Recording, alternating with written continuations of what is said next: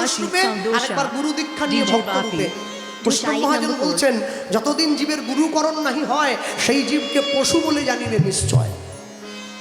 কিন্তু আমার মহাপ্রভুর জীবনে 4 বার জন্ম হয়েছে। কোথায় 4 বার? নিম গাছের তলায় জন্ম হয়েছিল বলে ছেলেটার নাম হয়েছিল নিমাই।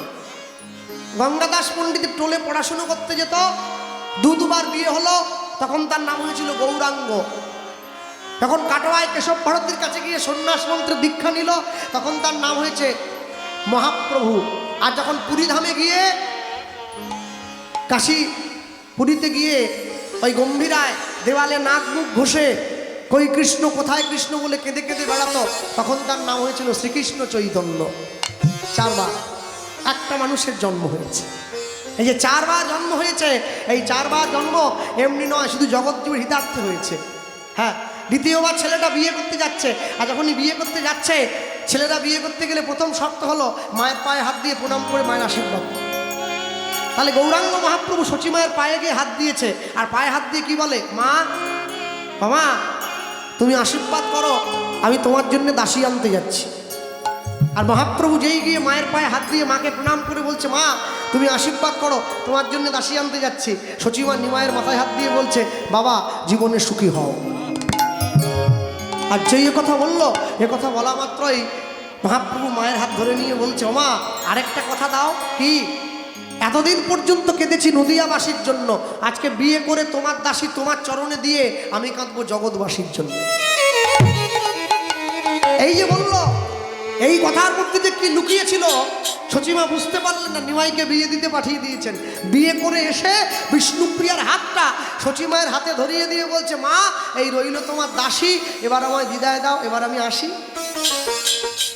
সে কি রে নিমাই, বৌমাকে নিয়ে একটু ফুলশয্যার ঘরে বস, আমি যুগল দর্শন করব, কত সুন্দর মানিয়েছে। সেই ইচ্ছেটাও পূরণ করলেন, এটাও পূরণ করলেন। বিষ্ণুপ্রিয়ার হাত ধরে মহাপ্রভু ফুলশয্যার ঘরের মধ্যে ঢুকে বিষ্ণুপ্রিয়াকে দেখাচ্ছে, দেখো বিষ্ণুপ্রিয়া একটা পালঙ্ক কত সুন্দর করে ফুল দিয়ে সাজিয়ে রাখা আছে, আর আমাদের ফুলশয্যা। বলে হ্যাঁ। শোনো বিষ্ণুপ্রিয়া, মনে রাখবে, মানুষ যেদিন ফুলের উপরে ঘুমায় সেদিন তার ফুলশয্যা হয়, আর ফুল যেদিন মানুষের উপরে ঘুমায় সেদিন তার অন্তিম শয্যা হয়। তুমি কোনটা চাও? বিষ্ণুপ্রিয়া তো হতবাক হয়ে গেছে, আমার স্বামী কি বলছে? হ্যাঁ, আরে তোমার স্বামী কোনো চা দোকানদার নয়, তোমার স্বামী কোনো বাসনের দোকানদার নয়, কোনো খেলনার দোকানদার নয়, কোনো চাকরিজীবী নয়, তোমার স্বামী পণ্ডিত। তাহলে পণ্ডিত পণ্ডিতের মতোই করে কথা বলছে, তুমি কোনটা চাও? আজ আমাদের ফুলশয্যা, ফুল দিয়ে পালঙ্ক সাজিয়ে রাখা আছে, আমরা পালঙ্কের উপরে ঘুমোবো, আমাদের ফুলশয্যা হবে। আর যেদিন আমরা চিরঘুমে ঘুমিয়ে থাকবো, ফুলগুলো আমাদের উপরে ঘুমিয়ে থাকবে, সেদিন আমাদের অন্তিম শয্যা হবে।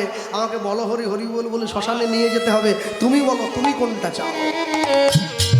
বিষ্ণুপ্রিয়া মনে মনে ভাবছে, আমি জানি তুমি আমার সঙ্গে থাকবে না, আমিও কি হার মানবো নাকি? আমিও এত বোকা নয়। বুদ্ধি করে উত্তর দিচ্ছে। কি উত্তর দিল জানো তো? আমি ফুলও চাই না, আমি শয্যাও চাই না। কি চাই? আমি চাই ফুলটা মালা হয়ে সারা জীবন তোমার গলায় থাকুক। তাহলে একসঙ্গে দুজনকে পাবো, আমি ফুলটাকেও পাবো, আমি তোমাকেও পাবো, আমার দুজনকেই পাওয়া হয়ে যাবে। যাই জন্য তো জয় শচী নন্দন জয় গৌর হরি, বিষ্ণুপ্রিয়ার প্রাণনাথ নদিয়া নবদ্বীপ বিহারী। আমাদের মতো কলিযুগের জীবকে উদ্ধারের জন্য সন্ন্যাস হয়েছে। মায়ের আদেশে বৃন্দাবনে যাওয়া হয়নি, পুরীধামে গিয়ে বাকি জীবনটা কাটিয়েছে। কাকে সঙ্গে নিয়েছে? নিতাই চাঁদ। বয়সে বড়, কতদিনে? 12 বছরের বয়সে বড়।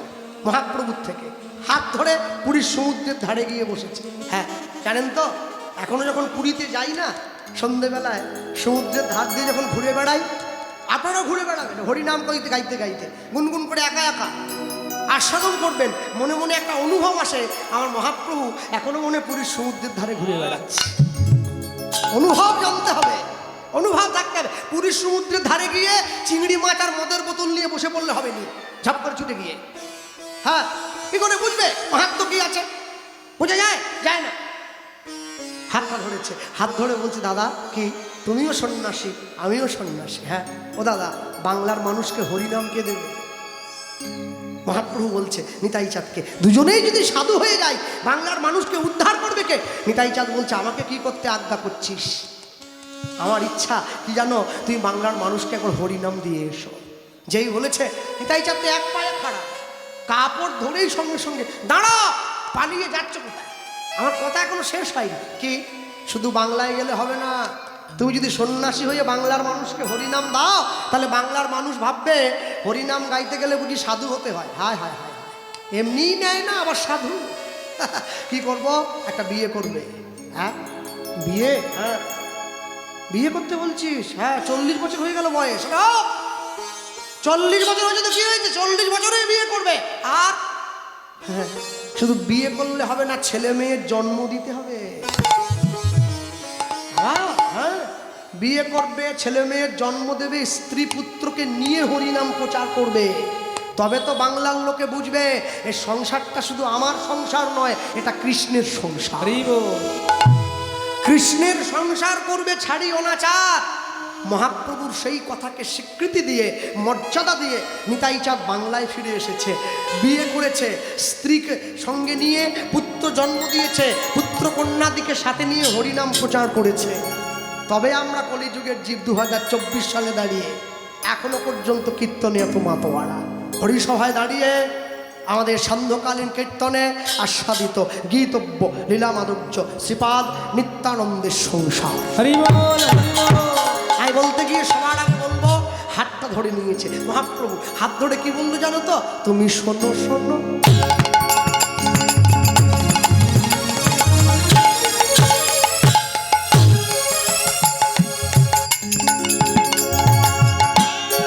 শোনো শোনো।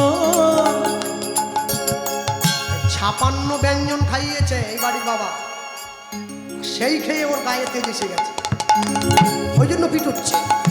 অত পিটিও নি, পয়সা দিব আমি, একটু আসতে বেটা। তুমি শোনো শোনো, নিত্যানন্দ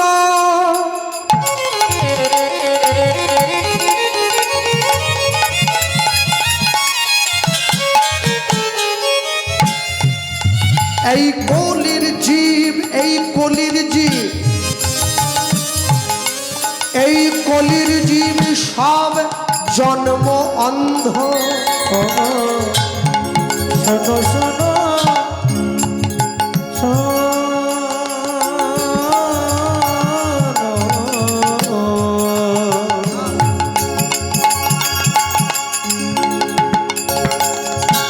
শোনো শোনো।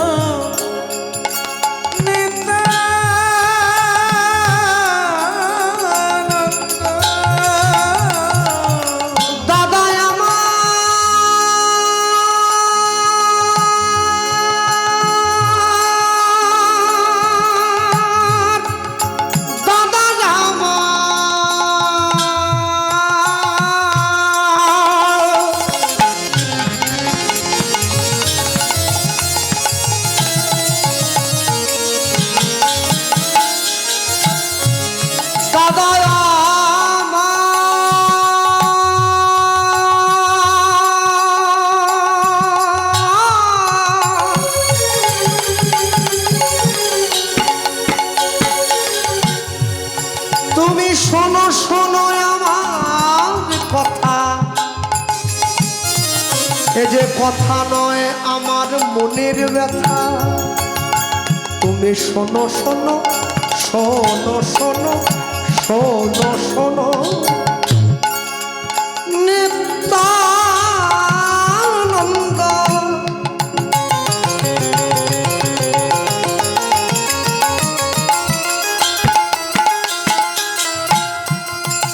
এই কলির জীব, এই কলির জীব সব জন্ম অন্ধ। ও দাদা, বলিলেও মুখে বলিলেও কেউ না লয় কৃষ্ণ নাম, মুখে বলিলেও কেউ না লয় কৃষ্ণ নাম। তাই হরিব না লয় কৃষ্ণ না,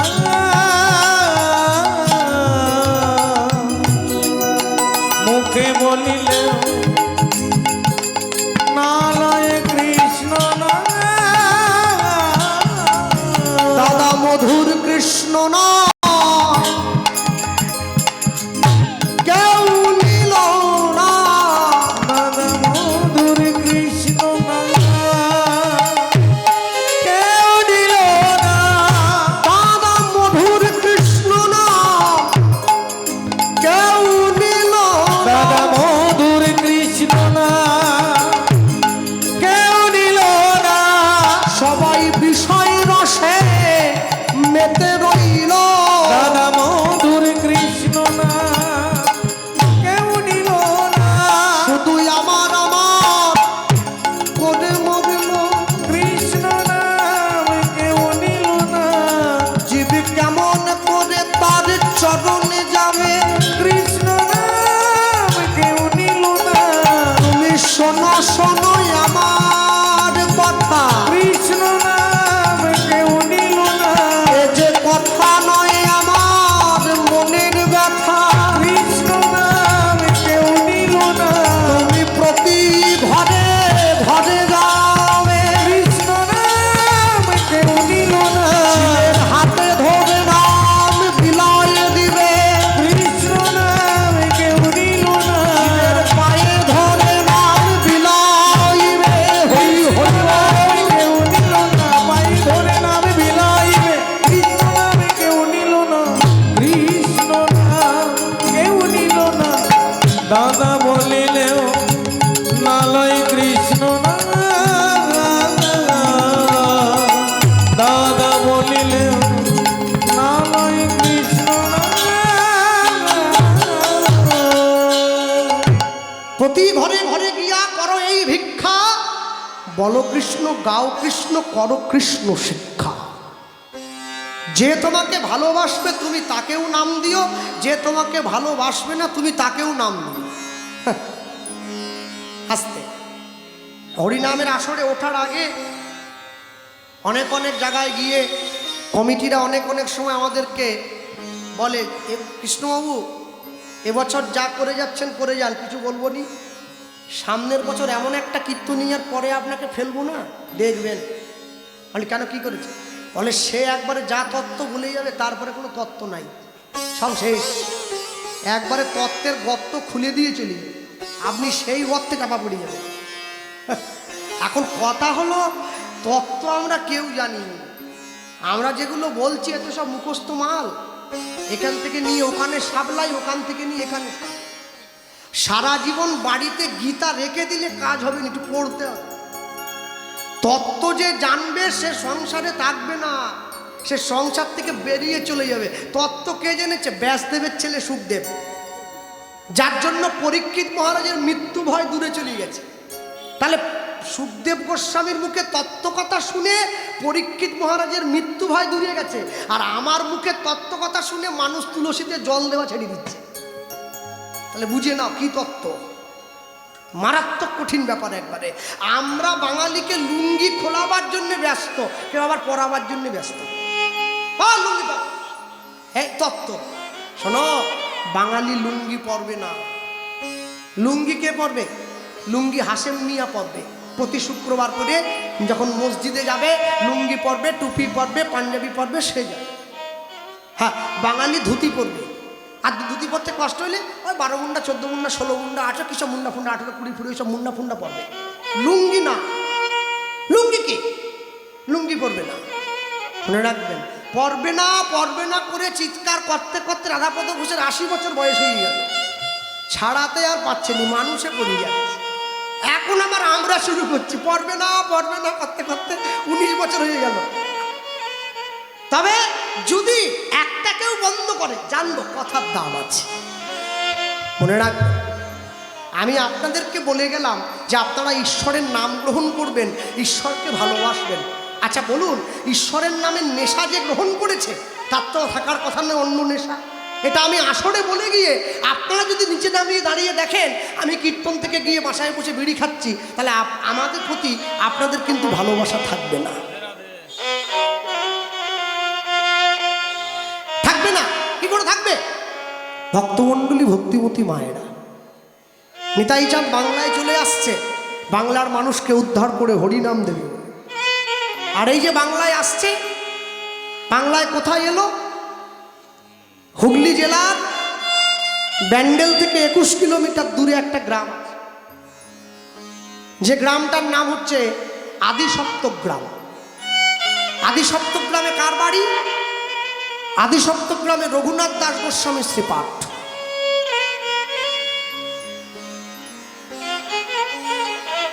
আর এই আদিসপ্তগ্রামে নিতাই চাঁদের মন্ত্র শিষ্য উদ্ধারণ দত্তের বাড়ি। হ্যাঁ মা,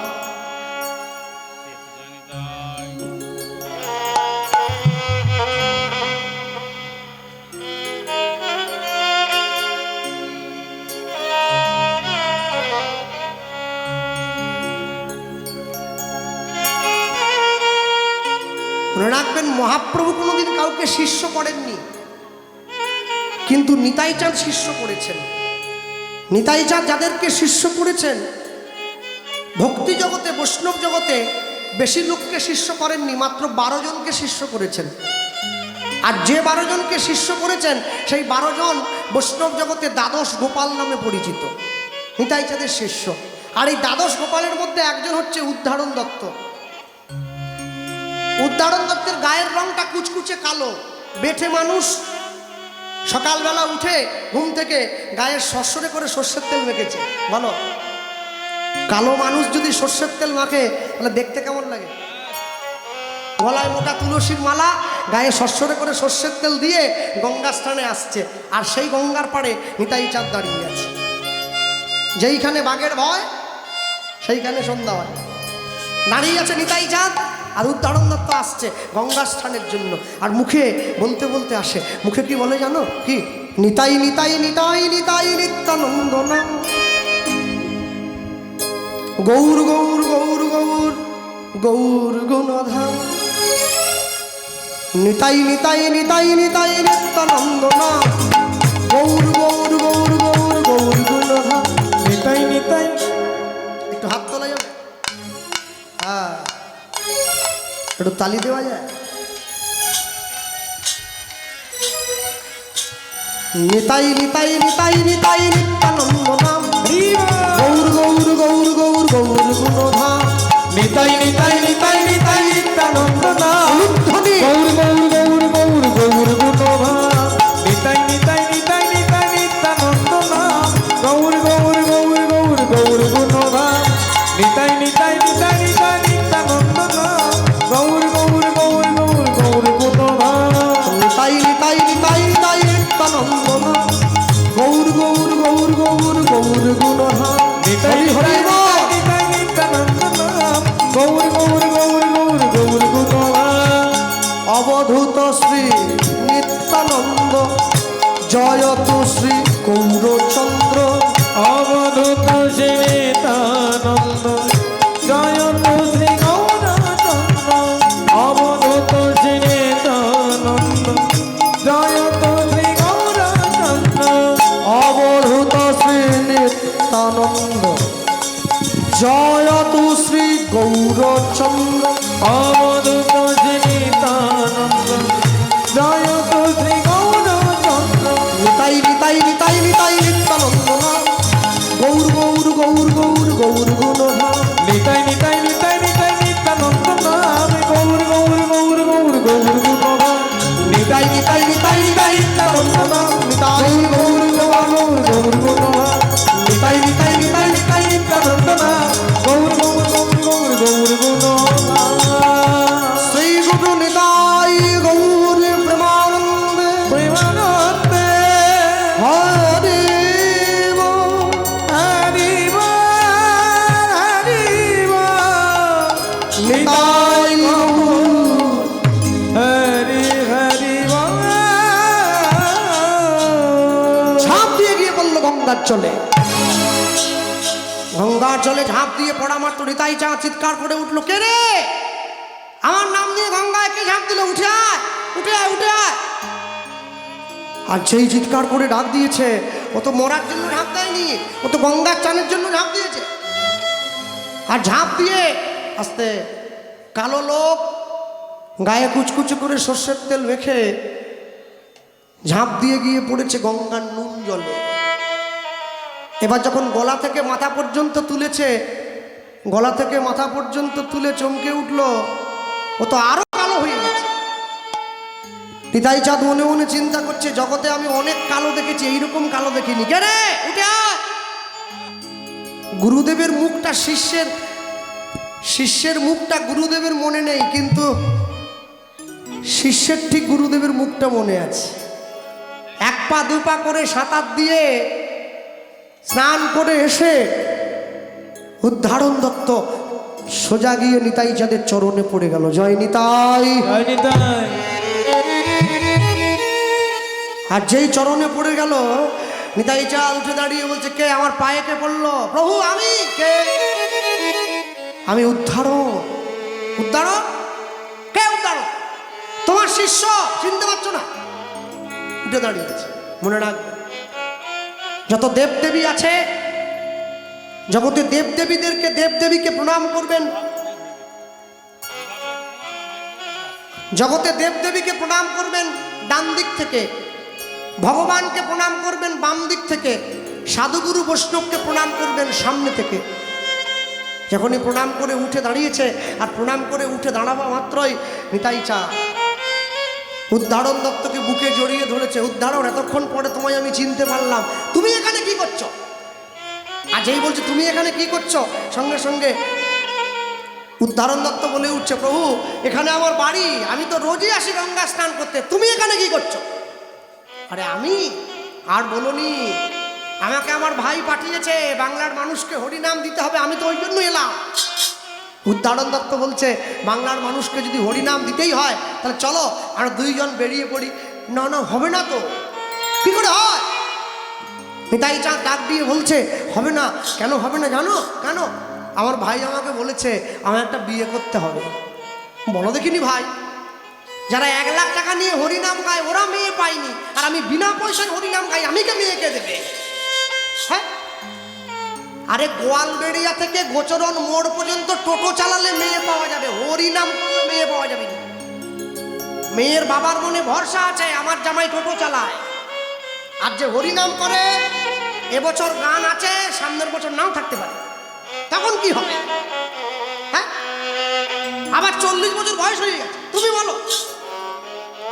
আস্তে আস্তে করে গিয়ে উদ্ধারণ দত্ত নিতাই চাঁদের হাতটা জড়িয়ে ধরেছে।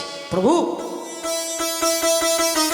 এতদিন পর্যন্ত জগতে শিষ্যরা গুরুদের জন্য অনেক কিছু করেছে। হ্যাঁ, আমি তোমার প্রথম শিষ্য হব যে তোমার জন্য মেয়ের খোঁজ করব। তুমি আমায় আশীর্বাদ করো, আমি যেন তোমার কৃপা বলে সঠিকভাবে মেয়ে খুঁজে তোমাকে সেই মেয়ের সঙ্গে বিয়ে দিয়ে মেয়েটাকে তোমার হাতে তুলে দিতে পারি।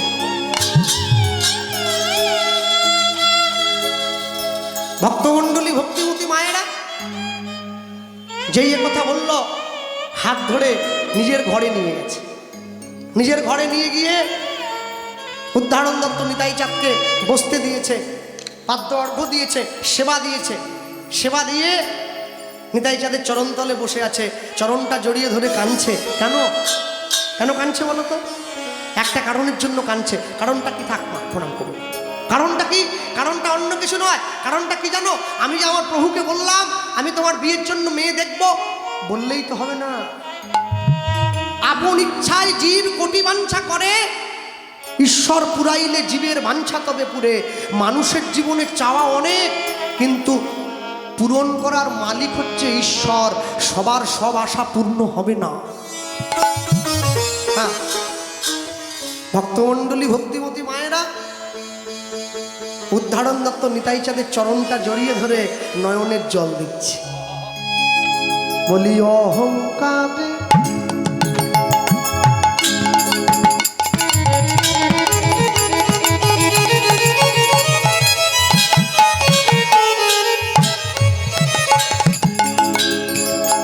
অহংকারে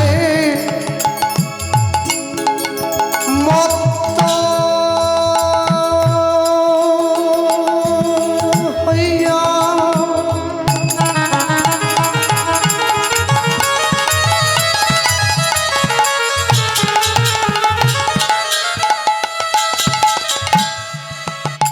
আমরা নিতাই পদ নিতাই পদ পাশবিয়া অগয় অহংকারে উলুধ্বনি নিতাই গৌর হরিব মা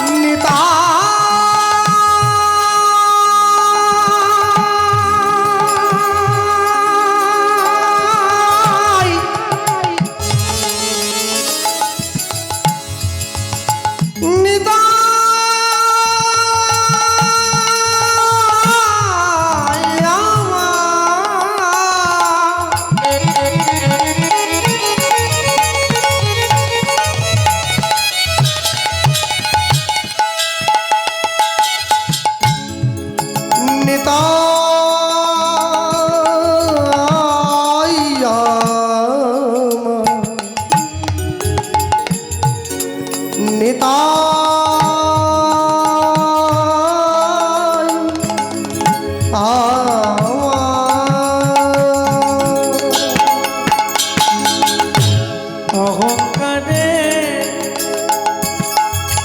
মা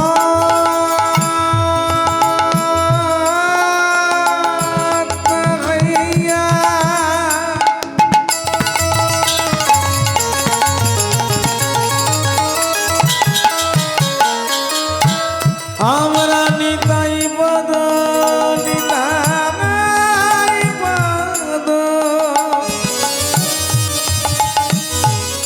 নিতাই পদ বাসরিয়া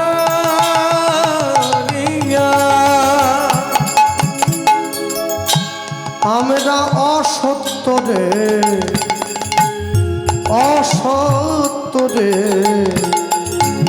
সত্য বলি মানি অসত্য দে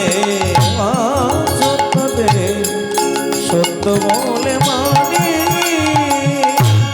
অসত্য রে সত্য বলি মানি অসত্য দে সত্য বলে মানি যদি নিতাইয়ের করুণা হবে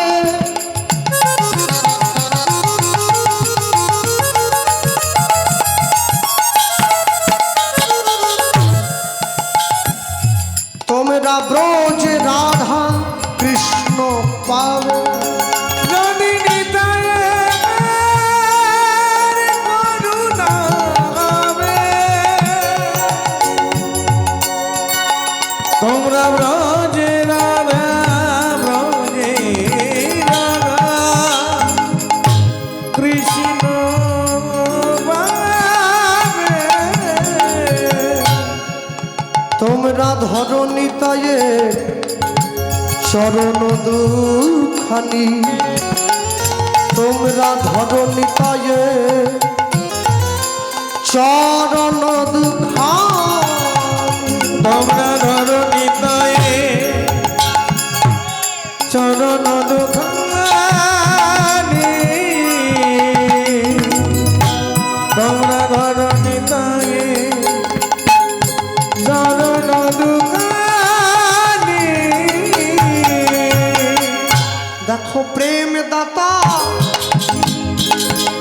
মোদের নিত্যানন্দ নিতাই গৌর হরি। প্রেম দাতা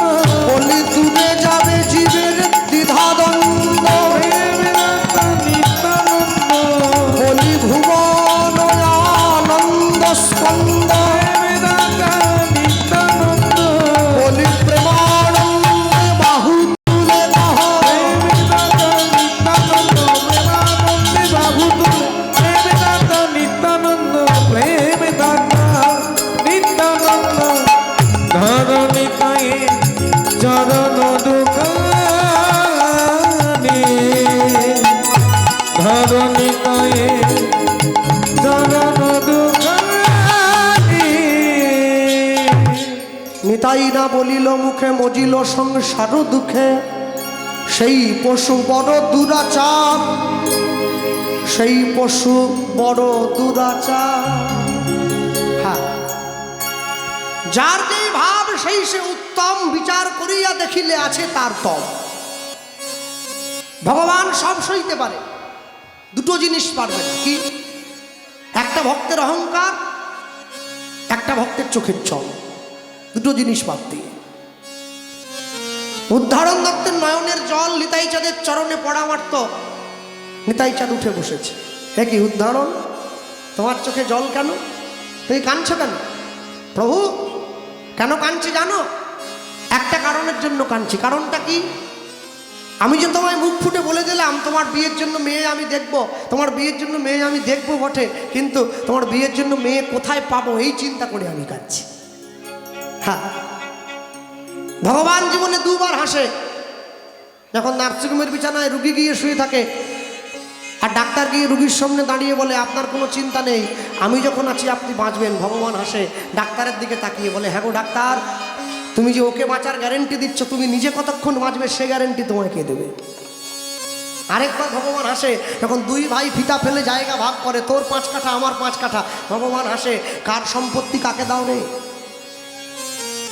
ভক্তমণ্ডলী, ভক্তিমতী মায়ের মনে রাখবে, মানুষের জীবনের ইচ্ছা অনেক।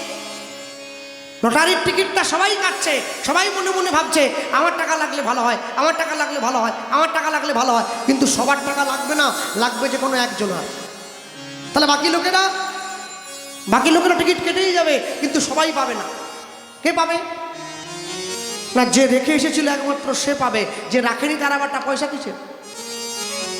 যারা বসে আছেন ভগবানের নাম শোনার জন্য ছুটে এসেছেন, মনে রাখবেন আমাদের দুঃখ দেখলে ভগবানেরও কষ্ট হয়, আমাদের দুঃখ দেখলে ঈশ্বরেরও কষ্ট হয়। তবে আমাদের দুঃখ দেখলে ঈশ্বরের যে কষ্ট হয়, আমরা ভগবানের কষ্ট চোখে দেখতে পাই না, নিজেদের দুঃখটা চোখে দেখতে পাই, তাই ভগবানকে দোষ দেই, ভগবানকে দোষ দেই। দ্রোণাচার্য যদি একলব্যের আঙুলটা কেটে না নিত, অর্জুন কোনোদিন পৃথিবীর শ্রেষ্ঠ ধনুর্বীর হতে পারত না, ওটা একলব্যই হতো।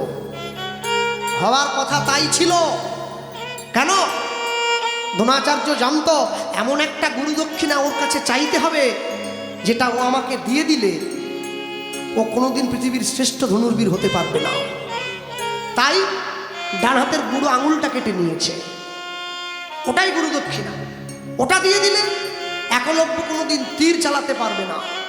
আর যদি তীর চালাতে না পারে, তাহলে কিন্তু আমার অর্জুনই শ্রেষ্ঠ বীর থাকবে।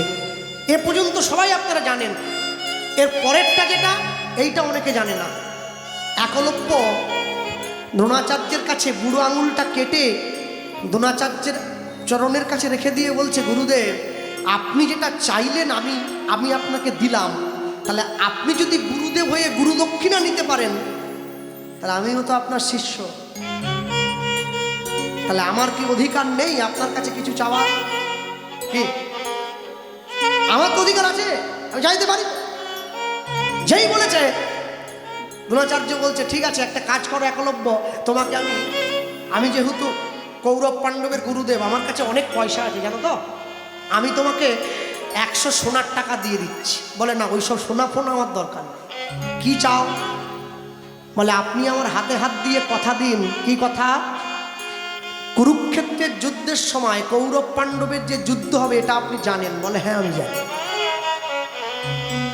আপনি আমাকে হাতে হাত দিয়ে কথা দিন, আপনি আমার কাছে অস্ত্র চালাবার শক্তিটা কেড়ে নিয়েছেন, কিন্তু অস্ত্র চালাবার বিদ্যাটা কিন্তু কেড়ে নিতে পারবেন না। আমি রান্না করতে জানি, রান্না করি না, তার মানে এই নয় আমি জানি না। একলব্য বলছে আমি তীর চালাতে পারি না, তার মানে এই নয় আমি তীর চালাতে জানি না। আপনি এই আশীর্বাদটা করুন, আপনার মূর্তি সামনে রেখে আমি যে বিদ্যা শিক্ষা গ্রহণ করেছি তা যেন কোনোদিন আমার কাছ থেকে চলে না যায়। দ্রোণাচার্য বুঝতে পারেনি একলব্য কি চাইছে, আবেগের বশে, মোহের বশে বলে দিয়েছে, বেশ তুমি যা চাইছো আমি তোমাকে দিয়ে দিলাম, তোমার কাছ থেকে আমি তীর চালাবার শক্তিটা নিয়ে নিলাম, কিন্তু কোনোদিন তোমার বিদ্যা তোমায় ছেড়ে যাবে না। আর যেই এ কথা বলেছে, এই কথা বলার পরে একলব্য উঠে দাঁড়িয়ে দ্রোণাচার্যকে প্রণাম জানিয়ে বলছে, গুরুদেব এইবারে কিন্তু আপনি যাই বলুন, অর্জুনকে আমার কাছে ছুটে আসতেই হবে বিদ্যা শিক্ষার জন্য। কি? হ্যাঁ, আসতে হবে। আপনি আশীর্বাদ করলেন না? তীর আমি চালাতে জানি না, কিন্তু তীর চালাবার শক্তিটা আমার রইল, বিদ্যাটা আমি জানি। কোন শিক্ষা শিখতে আসবে জানেন? যে শিক্ষাটা আপনারও জানা নেই। কোনটা? কোনটা? এমন একটা বিদ্যা আছে যেটা একলব্যের গুরু দ্রোণাচার্যের জানা ছিল না। কোনটা জানো? চক্রব্যূহতে ঢোকা আর বেরোবার নিয়ম। গুরুদেব অর্জুনকে নিয়ে আসবেন রাতের অন্ধকারে। আমি ছোট জাতের ছেলে, সব আদিবাসী, ম্লেচ্ছ, ভিন্ন, পতিত। আমি অর্জুনকে শিখিয়ে দেবো কি করে চক্রব্যূহতে ঢুকতে হবে, বেরিয়ে আসতে হবে। তবে হ্যাঁ, আমি আপনাকে কথা দিলাম এই বিদ্যাটা শুধু অর্জুনকেই শেখাবো। কেন জানো? অর্জুনকে আমি নিজের ভাইয়ের চোখে দেখি। ঘন জঙ্গলের মধ্যে দাঁড়িয়ে কেউ জানলো না, দ্রোণাচার্য ছুটে গিয়ে একলব্যকে বুকে জড়িয়ে ধরেছে। একলব্য, জগতের মানুষ যদি দেখতে পায় দিনের আলোয় তোমাকে বুকে জড়িয়ে ধরেছি, আমি সবার কাছে ছোট হয়ে যাব। আমি ব্রাহ্মণ না? জড়িয়ে ধরেছে। আর এমন সময় পিছন দিকে দাঁড়িয়ে কে যেন তিনটে তালি দিচ্ছে। বাহ সুন্দর! কে? আমি কৃষ্ণ। দ্রোণাচার্য চমকে উঠলে, কি কৃষ্ণ? তুমি কি করে জানলে আমরা এখানে আছি? কৃষ্ণ বলছে, কোনটা আমি জানি না সেটা বলুন না, আমি সব জানি। জগৎজীব অনেক কিছু জানে না, আমি জানি। আর আমি জানি বলেই তো আমাকে ভগবানের আসনে বসিয়েছে ওরা, নাহলে তো অন্য কাউকে বসাতো। ভক্তমণ্ডলী মায়েরা, কৃষ্ণ গিয়ে দ্রোণাচার্যর কাছে দাঁড়িয়ে প্রণাম করে বলছে, গুরুদেব আমি তো এই দিনটাই দেখতে চেয়েছিলাম যে একলব্যর কাছে আপনার, একলব্যের বুড়ো আঙুলটা আপনার কাছে জমা রইল, আর আপনার অহংকারের উঁচু মাথাটা একলব্যের চরণে জমা রইল। কৃষ্ণ গিয়ে যেই দাঁড়িয়েছে, একলব্য কৃষ্ণকে প্রণাম জানিয়েছে। একলব্য, আজকের পর থেকে জগতে গুরু দক্ষিণার প্রকৃষ্ট উদাহরণ যে মানুষ প্রকাশ করতে চাইবে, আগে তোমার নামটা উঠে আসবে। তুমি সেই মানুষ যে নিজের জীবনের সমস্ত ভবিতব্য বিসর্জন দিয়ে গুরুদেবের চরণে নিজেকে সমর্পণ করেছ। হ্যাঁ, উদ্ধারণ দত্তের নয়নের জল নিতাই চাঁদের চরণে পড়া মাত্র নিতাই চাঁদ উঠে বসে উদ্ধারণ দত্তকে মাথায় হাত বুলিয়ে আশীর্বাদ করছে। উদ্ধারণ, আমি তোমায় বলছি মেয়ে তুমি পাবে, একটু ভেবে দেখো। উদ্ধারণ দত্ত চিন্তা করছে কোথায় মেয়ে পাওয়া যায়, কোথায় মেয়ে পাওয়া যায়। আচ্ছা মনে পড়েছে, বর্ধমান জেলার অম্বিকা কাল্লার গৌরীদাস পণ্ডিত, বৈষ্ণব জগতে উল্লেখযোগ্য নাম। এই গৌরীদাস পণ্ডিতের বড় ভাইয়ের নাম সূর্যদাস পণ্ডিত। এই সূর্যদাস পণ্ডিতের দুটি মেয়ে আছে। বড় মেয়েটার নাম বসুধা, ছোট মেয়েটার নাম জাহ্নবা। দুটো মেয়েরই বিয়ের বয়স হয়েছে। দুটো মেয়ের থেকে একটাকেও যদি প্রভুকে দিয়ে দিতে পারি, তাহলে সূর্যদাস পণ্ডিত আমার বন্ধু হয়, বন্ধুত্বের মানটাও রাখা হবে, আর উপযুক্ত মেয়েটাও আমার প্রভু। পরের দিন সকালবেলায় উঠে সূর্যদাস পণ্ডিতের ঘরে নিয়ে চলে যাচ্ছে উদ্ধারণ দত্ত নিতাই চাঁদকে হাত ধরে সাজিয়ে। কোথায়? সূর্যদাস পণ্ডিতের ঘরে। পথ চলিতে আর বলিতে উলুধ্বনি, পথ চলিতে আর বলিতে, পথ চলিতে